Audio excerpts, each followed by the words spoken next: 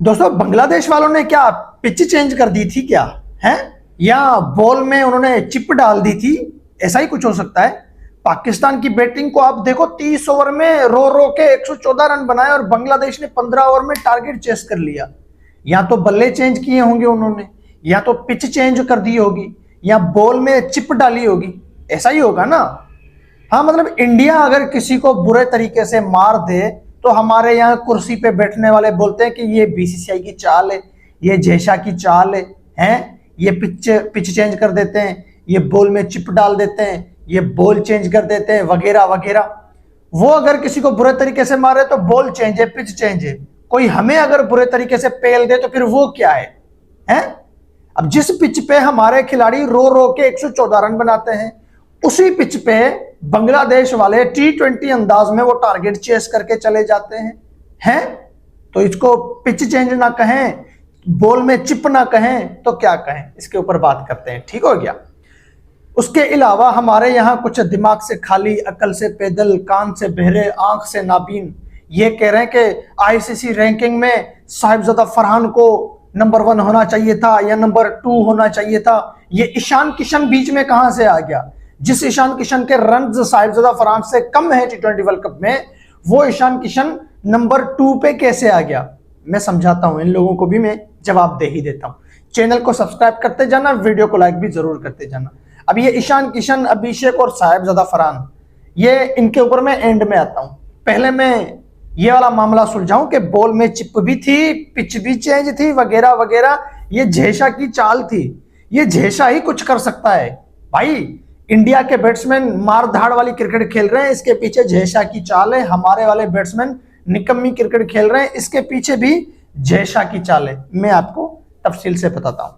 अब जो नाहिद राणा है, ये बांग्लादेश का बॉलर है। हमारी नंबर 1 बैटिंग के सामने ये ऐसे बॉलिंग डाल रहा था, ऐसे बॉलिंग कर रहा था, ऐसा लग रहा था कि डेल स्टेन बॉलिंग करा रहा है, या जसप्रीत बुमराह बॉलिंग कर रहा है, या मिचेल स्टार्क का कोई काल आया हुआ है यहां पर। तभी तो 41 पे पहला विकेट गिरा और 114 पे हमारी टीम ढेर हो गई। 184 बॉल खेल लिए थे हमारे बैट्समैनों ने, 30 ओवर 4 बॉल खेल लिए थे, ठीक हो गया। मर मरा के 114 रन बनाए थे। वो विकेट मुश्किल होनी चाहिए ना, वो विकेट बहुत हार्ड होनी चाहिए ना, वो विकेट फटा हुआ होना चाहिए, या बॉल पुराना था, सॉरी नया बॉल था, हर ओवर में नया बॉल लेके आ रहे थे। कुछ ऐसा था, तभी तो हमारे बैट्समैन वहां पे चल ही ना पाए हैं। लेकिन फिर उसी जगह पे हम बांग्लादेश की बैटिंग देखते हैं तो ऐसा लग रहा है कि पाकिस्तान ने जो बैटिंग की है वो पिच दूसरी थी, बांग्लादेश ने जो बैटिंग की है वो पिच दूसरी थी। वो जो एक इनिंग खत्म होती है ना, उसके बाद वो चाय का वक्फा जो आधे घंटे का होता है, एक इनिंग खत्म हो गई, दूसरी इनिंग स्टार्ट होने में आधा घंटा लगता है। इस आधे घंटे में जयशा ने चीटिंग कर दी थी। अब ये जयशा तो हमारे गले में पड़ा हुआ है? ये सारा जयशा का कमाल है। हमारे कुछ लोगों के कहने के मुताबिक मैं भी जयशा का नाम ही लूंगा। T20 वर्ल्ड कप इंडिया में हुआ है, जयशा इस वक्त इंडिया में है, लेकिन आईसीसी का चेयरमैन है, उसने जो चाहा वो करके दिखाया। उसने मतलब यूं करके वो पिच चेंज कर दी। अब जब बंगाली बैटर वहां पे आए बैटिंग करने, हमारे प्रीमियम फास्ट बॉलर आए वहां पे बैटिंग करने, तो बंगालियों ने भरकस बना दिया है। वो तंजीद हसन ने मार मार के कचुम्बर बना दिया। हमारे वाले T20 वर्ल्ड कप में 120-130 के स्ट्राइक रेट से खेल रहे थे, और वो 160 के स्ट्राइक रेट से 67 रन मारता है, 7 चौके, 5 लंबे लंबे छक्के मारता है। हमारे वालों से चौके नहीं लग रहे थे, वो 5 छक्के मार के चला जाता है। तो भाई आप ही बताओ फिर ये क्या था? जिस पिच पे हमारे वाले रो रो के रन करते हैं 30 ओवर में, और उसी पिच पे बांग्लादेश वाले उस आधे ओवर में 15 और 15 30 हो गए ना, तो बंगाली 15 ओवर में वो टारगेट चेस करके चला जाते। भाई मैं फिर जयशा का कसूर करूं ना करूं, मैं बीसीसीआई का कसूर करूं ना करूं, हैं? इंडियन क्रिकेट बोर्ड दुनिया का अमीर तरीन क्रिकेट बोर्ड है, वो कुछ भी कर सकते हैं। तो उन्होंने कर दिया। हमारे नंबर 1 बैटर जो है ना, इनका कोई कसूर नहीं है, शाहीन का भी कोई कसूर नहीं है, ना हमारी नंबर 1 बॉलिंग का कोई कसूर है, ना हमारी इसका कोई कसूर है। ये सुना आप लोगों ने? अब मेरी बात सुनो। कोई पिच चेंज नहीं होती, कोई बॉल चेंज नहीं होती, कोई जो है कि चिप नहीं होती। ये टैलेंट की बात है, ये क्रिकेट की बात है। जिसके पास जैसा टैलेंट होगा ना, वो वैसी क्रिकेट खेलेगा। ठीक हो गया। अब जो इंडिया की टीम है, उन्होंने बॉल में पिच डाली, फैलाना वगैरह वगैरह, सेमीफाइनल में पेल दिया इंग्लैंड को। इंग्लैंड भी तो जीत रहा था मैच अगर बुमराह और पांड्या ना होते हैं। डेथ ओवर में उनके पास ऐसे बॉलर है जो फ्लैट पिच के ऊपर भी आपकी गर्दन पकड़ लेंगे, वो है बुमराह और पांड्या। वो वहां से हार रहे थे। तो इंग्लैंड की बैटिंग के टाइम पे बॉल में चिप नहीं थी, इंग्लैंड की बैटिंग के टाइम पे उन्होंने पिच चेंज नहीं की थी। ये टैलेंट की बात है, ये क्रिकेट की बात है। टैलेंट था इंग्लैंड के बैटर्स के पास, उन्होंने ये मारा। इंडिया के बैटर्स के पास टैलेंट है, उन्होंने ये मारा। अब हमारे पास ये टैलेंट ही नहीं है तो कहां से मारेंगे। हाँ, इससे ज्यादा और चपेट क्या होगा कि दुनिया 250 बना रही है T20 में, 250 पे दुनिया जा रही है। अभी इंडिया ने 297 रन बनाए थे, 3 कम 300 से, और इंग्लैंड ने 310 पता नहीं 304 रन बनाए थे अफ्रीका के सामने। तो इससे ज्यादा और क्या जलालत होगी कि दुनिया 300 पे जा रही है T20 में, और हमारे वाली 114 बना रही है, वो भी ODI में। इस एक महीने में या इसी बस T20 वर्ल्ड कप और यहाँ ODI सीरीज के दरमियान हमारी टीम दूसरी मरतबा 114 पे ढेर हो गई। इंडिया के सामने भी 114 और यहाँ पे भी 114 पे ढेर हो गई। अब रही बात बांग्लादेश की, कि बांग्लादेश वालों ने उसी पिच पे बॉलिंग कराई तो उनको फायदा हुआ, उसी पिच पे बैटिंग की उनको फायदा हुआ, लेकिन हमारे वालों को फायदा क्यों ना हुआ। तो भाई मैं आपको एक बात बताता हूँ, बांग्लादेश ना अपने घर में पाकिस्तान की तरह नहीं है, वो अपने घर में इंडिया और ऑस्ट्रेलिया की तरह है। हमारी टीम को तो कोई घर में भी कोई आके नहीं पूछता, हमारे घर में भी कोई इज्जत नहीं है क्रिकेट में। कोई भी टीम आके हमें पेल पाल के चली जाती है। एग्री करते हो इस बात को? नहीं करते हो? बांग्लादेश वाले कम से कम हमारी क्रिकेट से तो बेहतर है। बांग्लादेश में कोई भी टीम जाती है उसको ये खाली हाथ वापस भेज देते हैं। यहाँ एक सीरीज ये लाजमी जीतेंगे हैं। आपको पता नहीं है, पाकिस्तान, साउथ अफ्रीका, इंडिया, इनको तीनों को बांग्लादेश ने अपने घर में 2015 में वनडे सीरीज में हराया था। इन तीनों को, इंग्लैंड और इंडिया को 2-1 से हराया था, पाकिस्तान को क्लीन स्वीप किया था वनडे सीरीज में, याद है आपको?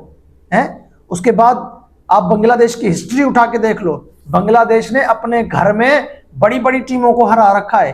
तो ये तो बेचारे मसाला खाने वाले हैं, ये तो बेचारे दोस्ती यारी पे आए हुए हैं, ये पर्ची पे सिलेक्ट हुए हैं, ये तो सिफारिश पे सिलेक्ट हुए हैं, ये कहां से वहां पे रन बनाएंगे।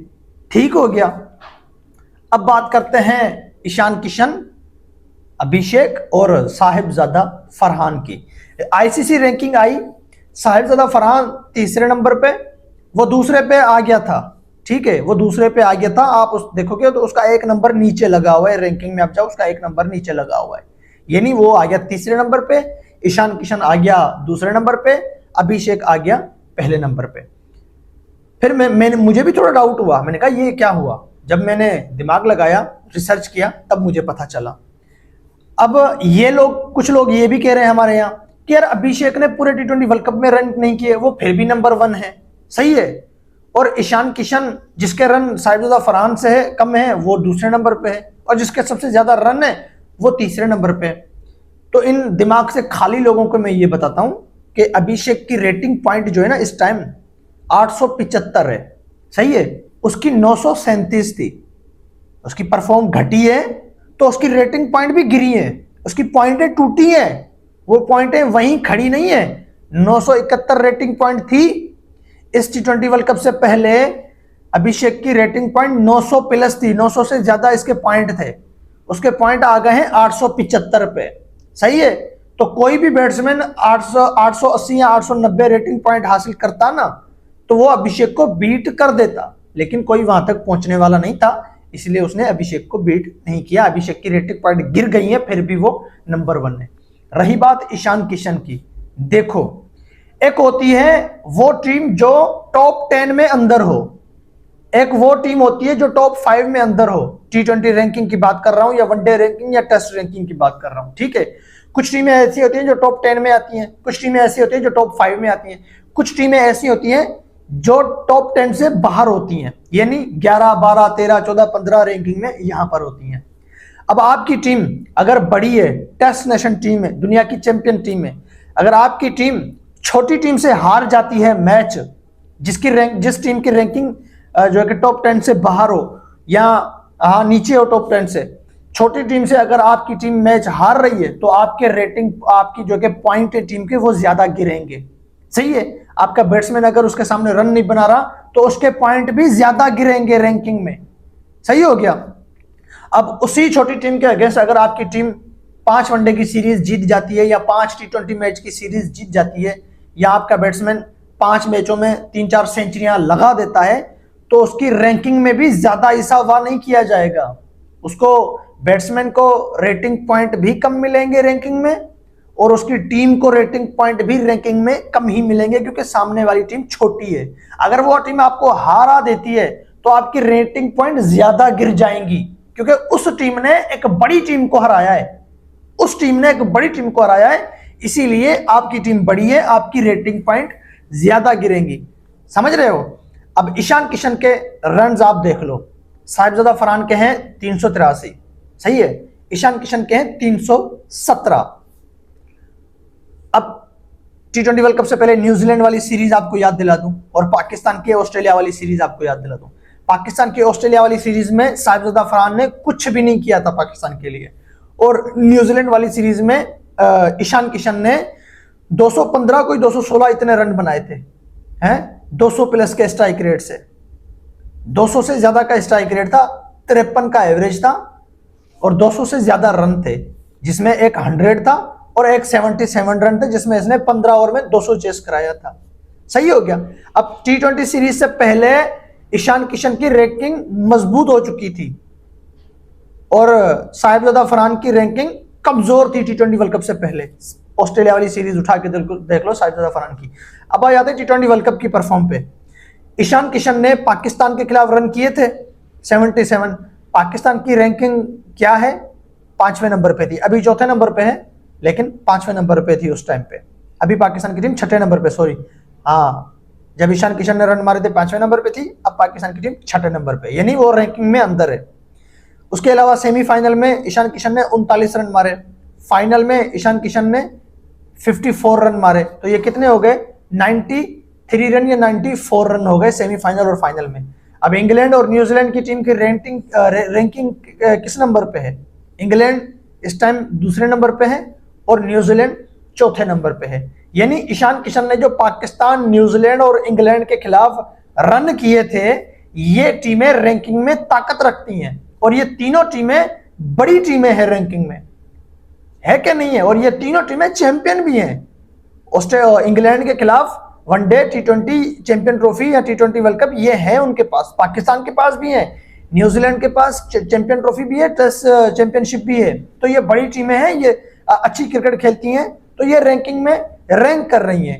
ईशान किशन ने इनके खिलाफ रन किए हैं, तो समझ गए मेरी बात। जो बड़ी टीम के अगेंस्ट रन करेगा उसको रैंकिंग में ज्यादा फायदा होगा, ठीक हो गया, उसके पॉइंट ज्यादा बनेंगे। लेकिन अगर वो बड़ी टीम से जो है कि जल्दी आउट हो जाए, उसकी रेटिंग पॉइंट कम गिरेंगी, और अगर वो छोटी टीमों के आगे जल्दी आउट हो जाए तो उसकी रेटिंग पॉइंट ज्यादा गिर जाएंगी। अगर वो छोटी टीम के खिलाफ रन बनाता है तो उसको रेटिंग पॉइंट कम मिलेंगी। साहिबजादा फरहान है, उसने 47 रन किए थे नीदरलैंड के खिलाफ। नीदरलैंड की रैंकिंग में कहां पर है नीदरलैंड, 13वें नंबर पे है। उसने यूएसए के अगेंस्ट 73 रन बनाए थे, यूएसए कहां है, 16वें नंबर पे रैंकिंग में। उसके अलावा उसने नमीबिया के अगेंस्ट 100 बनाया था, नमीबिया की टीम है 15वें नंबर पे, पता नहीं, हाँ 15वें नंबर पे है रैंकिंग में। अब नेदरलैंड 13वां, नमीबिया 15 और यूएसए 16वां। इस टीमों के अगेंस्ट साहिबजादा फरहान के रन थे, तो साहिबजादा फरहान की रैंकिंग यहां पर है। अब श्रीलंका के खिलाफ साहिबजादा फरहान ने 100 लगाया था, तो वो 8वें नंबर पे टीम है रैंकिंग में, यानी वो नीचे है टॉप 10 में, लेकिन नीचे 8वें नंबर पे है।